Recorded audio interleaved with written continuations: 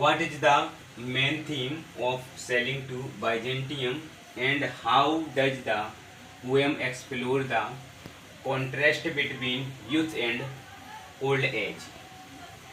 Selling to Byzantium का मुख्य विषय क्या है, यानी प्रश्न हमसे मांग कर रहा है कि सेलिंग टू बाइजेंटियम का मुख्य विषय क्या है, and how does the poem explore the contrast between youth and old age. और यह पोएम युवा और वृद्ध के बीच में कैसा संघर्ष दर्शाती है, इसके बारे में हमें ये बताना है। बहुत ही सरल और इजी भाषा में इसको मैंने लिखा है और ये यूपीएलटी मेंस के लिए बहुत ही इम्पोर्टेंट है। इंट्रोडक्शन में मैंने लिखा है कि sailing to Byzantium is a great poem written by W.B. Yeats, यानी सेलिंग टू बाइजेंटियम एक बहुत ही अच्छी कविता है जिसको W.B. ईट्स के द्वारा लिखा गया है। The main theme of this poem, इस कविता का जो मुख्य विषय है, is the desire for immortality, यानी अमरता को प्राप्त करना, यानी अमर होना। द पोएट इज ओल्ड, कवि बूढ़ा हो गया है, एंड ही फील्स, वह महसूस करता है, डेट की the physical world is no longer suitable for him, यानी कवि बूढ़ा हो चुका है और वह महसूस करता है कि भौतिक संसार उसके लिए सुटेबल माने उचित नहीं है, यानी कि फिजिकल संसार उसके लिए उचित नहीं है। ही वांट्स, वह चाहता है, टू लीव, छोड़ना, द वर्ल्ड्स, यानी वह इस संसार को छोड़ना चाहता है। बर्थ एंड डेथ, यानी जन्म और मृत्यु के इस चक्कर में वह इसको छोड़ना चाहता है कि फिर जन्म लो फिर मृत्यु लो, इसको वो त्यागना चाहता है, इससे मुक्ति पाना चाहता है, मुक्त होना चाहता है।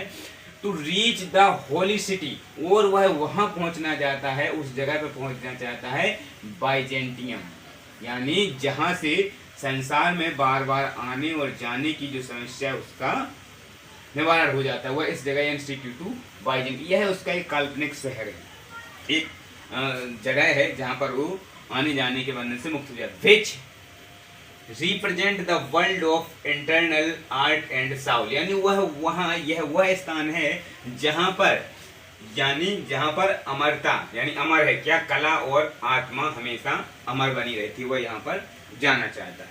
अगले हेडिंग है the world of the young, यानी युवा लोग हैं वो अभी किस दुनिया, द वर्ल्ड ऑफ यंग, यानी अब युवाओं के बारे में, संसार में युवाएं किस चीज में मस्त हैं, क्या कर रहे हैं। द पोएट सेज, कवि कहता है, that is no country for old man, यानी यह वृद्ध लोगों या बूढ़े लोगों के लिए यह जगह नहीं है। इन द नेचुरल वर्ल्ड, इस भौतिक संसार में, यंग पीपल यानी युवा लोग, वर्ड्स, फिशेस मछलियां, are all busy with physical life, यानी ये सभी यानी युवा लोग, पक्षी और मछलियां अपने शारीरिक जीवन में प्रसन्न या भौतिक जीवन में बहुत बिजी हैं, यानी व्यस्त हैं। दे इंजॉय ले रहे हैं, सेंसुअल म्यूजिक का मतलब होता है इंद्रिय सुख का आनंद ले रहे हैं। विच मीन्स, जिसका मतलब होता है, they only care about their bodies, वे सिर्फ अपने शरीर के प्रति बहुत ही सावधान है, केवल अपने शरीर के प्रति ही, शरीर के सुख के प्रति ही बहुत सावधान है।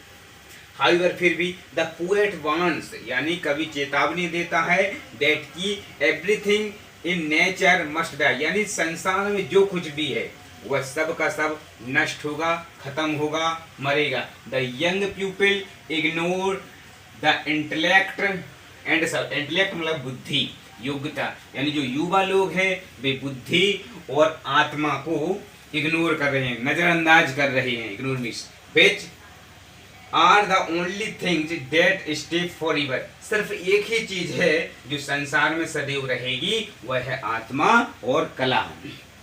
नेक्स्ट हेडिंग है the condition of the old age, अब वृद्ध लोगों की क्या स्थिति है संसार में, अब वो बता रहे हैं।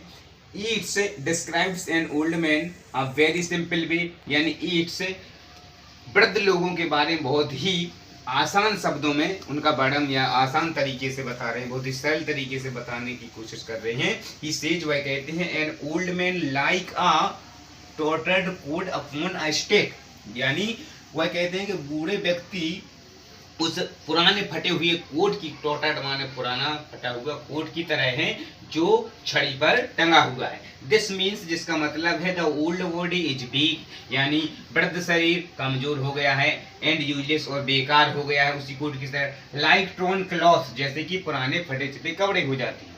But लेकिन he also says that the soul can become stronger, body gets older। वह यह भी कहते हैं कि आत्मा जैसे जैसे शरीर पूरा होता जाता है, आत्मा that the soul can become stronger as the body gets older, यानी कभी कहता है कि शरीर के बूढ़े होने के साथ साथ आत्मा और भी मजबूत हो जाती है। The soul must clap its hands and sings, यानी आत्मा को ताली बजानी चाहिए और गाना चाहिए। टू ओवरकम द वीकनेस, क्योंकि उसने अपनी कमजोरी पर विजय प्राप्त कर ली है।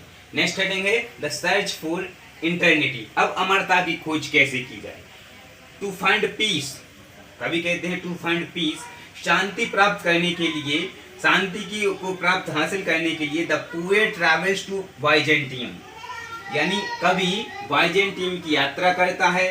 The prays to the holy fire, वह पवित्र अग्नि से विनती करता है टू क्लीन हिज सेल्फ, की उसकी आत्मा को शुद्ध कर दिया जाए।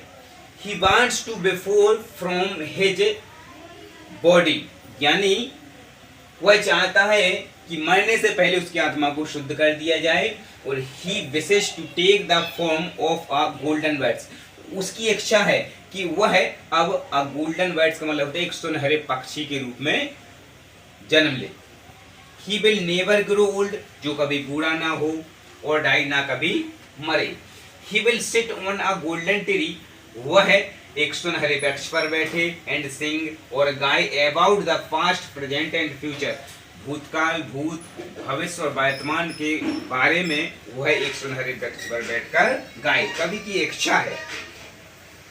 अंतिम निष्कर्ष क्या निकलता है इस पोएम का कि इन शॉर्ट अगर संक्षेप में कहें, the poem shows a conflict, यह कविता कॉन्फ्लिक्ट माने संघर्ष, बिटवीन द टेम्पोररी बॉडी माने अस्थायी शरीर, एंड द परमानेंट साउल, यानी यह कविता अस्थायी शरीर और अमर आत्मा के बीच के संघर्ष को दिखाती है।